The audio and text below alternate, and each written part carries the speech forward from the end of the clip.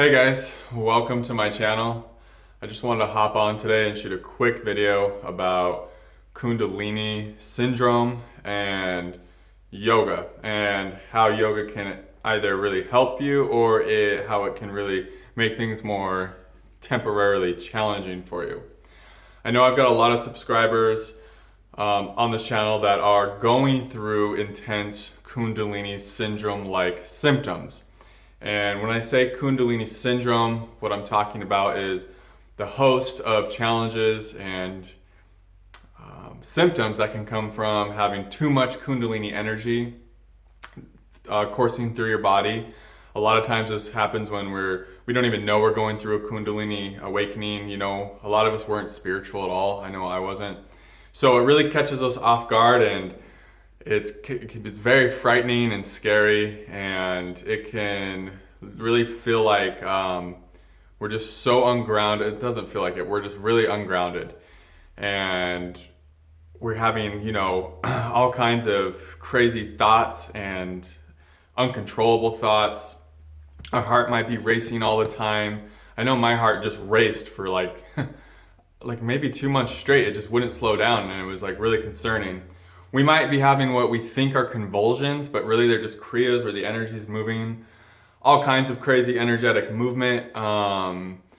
We probably went through the ringer with Western medicine. I know I went and saw a neurologist, several doctors, psychologists, psychiatrists, tried everything. Went to the emergency room a few times. Had blood tests taken, CAT scan, MRI, you get the picture. So when we're in this state, and if you found this video, that's great. So you're on the right trail. Finally, you know that you're going through something spiritual in nature, and you're going through a massive transformation, a profound transformation. And what you're going to be hearing about healing during this transformation is a lot of like yoga, and like people are probably going to be directing you to do Kundalini Yoga.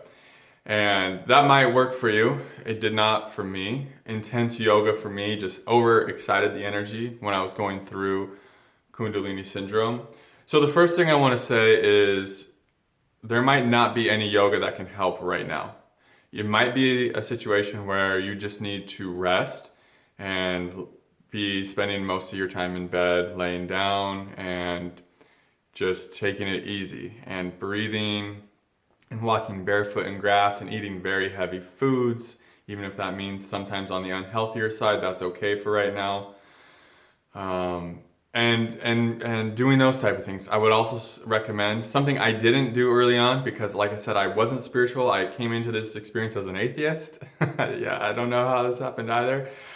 But something I would recommend that I didn't do was prayer and asking for help from the non-physical. Whether that's God or the universe, you want to say your higher self, it doesn't matter. Just asking for help from the non-physical, I think would have helped me a lot more. And maybe that will help you. But the premise of this video is really yoga and which forms will help and which forms will exacerbate your symptoms. And for everyone, this can be a little bit different, but I'm just going to talk about my experiences and the things that I've read and learned from other teachers too. So, like I said, yoga in general might just be too much right now because if you are really ungrounded, some types of yoga are really going to move the energy and really going to make things more challenging temporarily. So the first form of yoga I want to address is Kundalini Yoga, because obviously you're going through a Kundalini awakening, so you're going to probably hear that this is made specifically for Kundalini.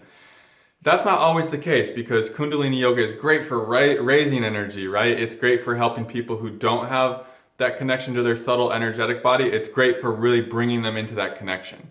But for you and what you're going through with this intense energetic awakening, this intense breathing and rising of the energy is just going to make things more challenging. Right now you need grounding. You don't need to be raising a bunch of energy. So stay away from Kundalini Yoga temporarily. I'm not saying it's not going to be something that will help you over time. And you know, I don't want to just say, declare that everyone should stay away from Kundalini Yoga. If it feels intuitive and if you're guided to try it, then try it. But just have in mind that it's more of an it excites energy more than it calms. So on the other side of this yoga spectrum, we have Yin Yoga. And this is the go-to that I would try first. Please try this first. It is so soothing and calming, and what it does is it relaxes the parasympathetic nervous system, meaning that it's going to allow your nervous system, which is really overworked right now, which is really overtaxed, and is probably just like, you feel like your nervous system is burning up. And in a way it is, in a good way, because that burning is actually healing. I know that sounds crazy right now, and I would have been like, what are you talking about when I was going through it? This is not healing.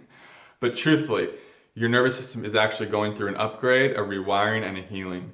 So Yin Yoga, what happens is you're holding poses for anywhere from 1.5 to 5 minutes, sometimes longer.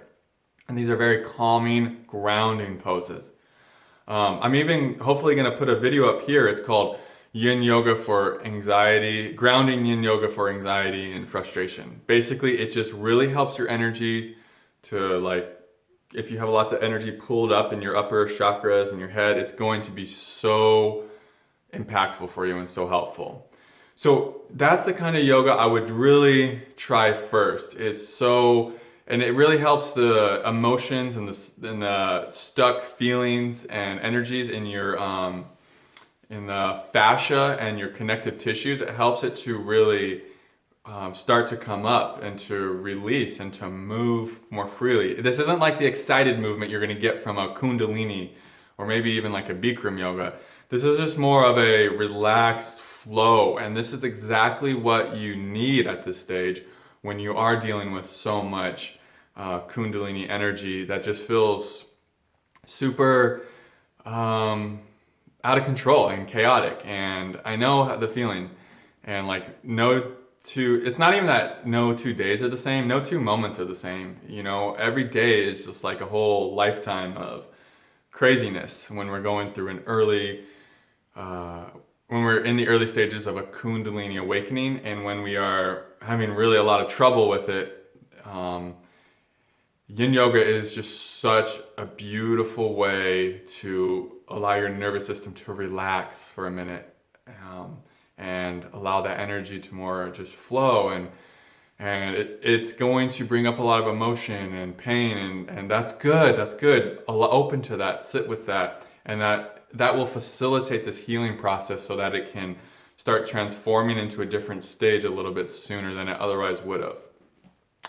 This was the only type of yoga I could do for a very long time.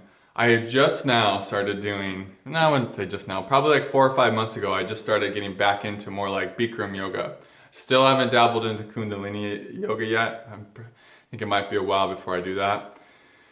But as I was doing yoga today and I was feeling the energy really move and I was feeling my chakra centers open, it got me thinking of what things could I have benefited from knowing early in my Kundalini awakening when I was in my more crisis stage, in the Kundalini Syndrome stage.